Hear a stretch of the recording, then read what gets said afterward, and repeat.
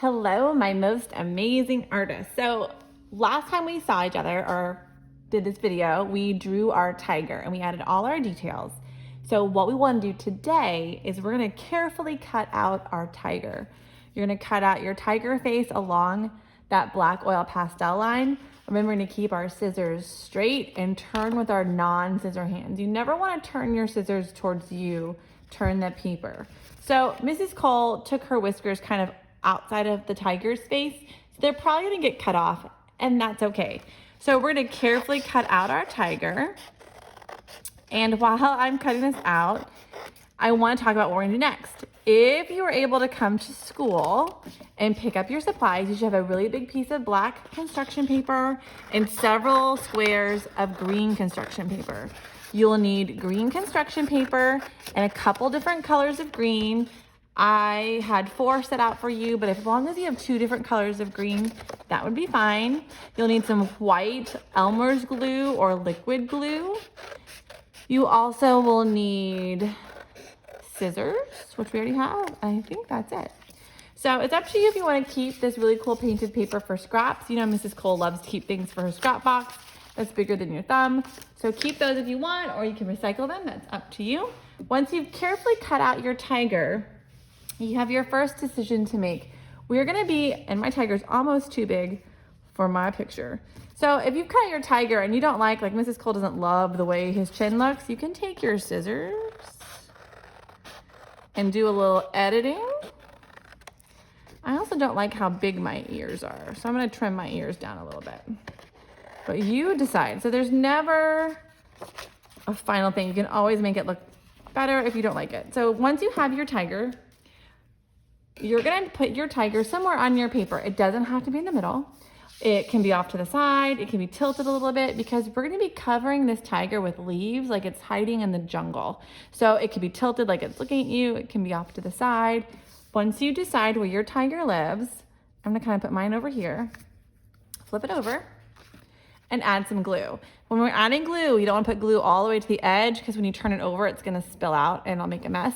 So you wanna kind of just touch the tip of your nose, kiss it right to the paper, and draw a little line of glue kind of going all the way around your tiger, leaving a little bit of space at the edge. I'm just gonna a little bit in the middle. So that's it. I don't need to paint it on really thick. It's too big to use our little glue paint brushes, so we can just do this right here. So I'm gonna turn it over. I think I went like this. Make sure it's on your paper, and then gently press it down. You don't want to give this a back rub because of the oil pastel. It'll get on your hand. So just kind of press it down, and later you might want to put something on top of it to help it stay flat. So just press it out really good, and he's probably stuck good. So now is the fun part. So in your little packet, if you picked up from me, you should have different colors of green construction paper. So what we're gonna do with the green construction paper is create leaves. Lots and lots of leaves. And we want our leaves to be in various colors and various sizes, different shapes, but I don't want you drawing these with pencils first. I want you just to take your scissors and start cutting. So I want my leaf to have a pointy end, so I'm gonna start at the point and I'm just gonna cut a curve, kind of like a football shape maybe, and cut another curve, and done, that's it. Once you have some leaves cut out, maybe I'll do another one, and maybe I want this one to be a little bit fatter.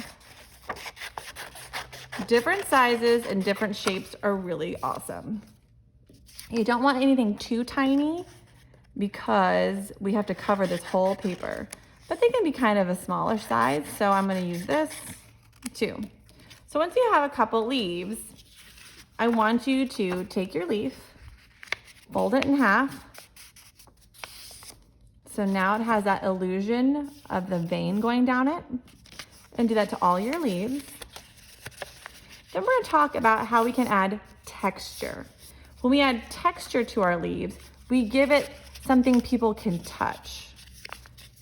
Okay, so once you have those folded edges, you open it back up, and we're gonna take our scissors, and I want you to start cutting some lines into it. And you can cut straight, you can cut a diagonal like Mrs. Cole is doing, you can cut really close together or far apart, but we're giving it a little texture.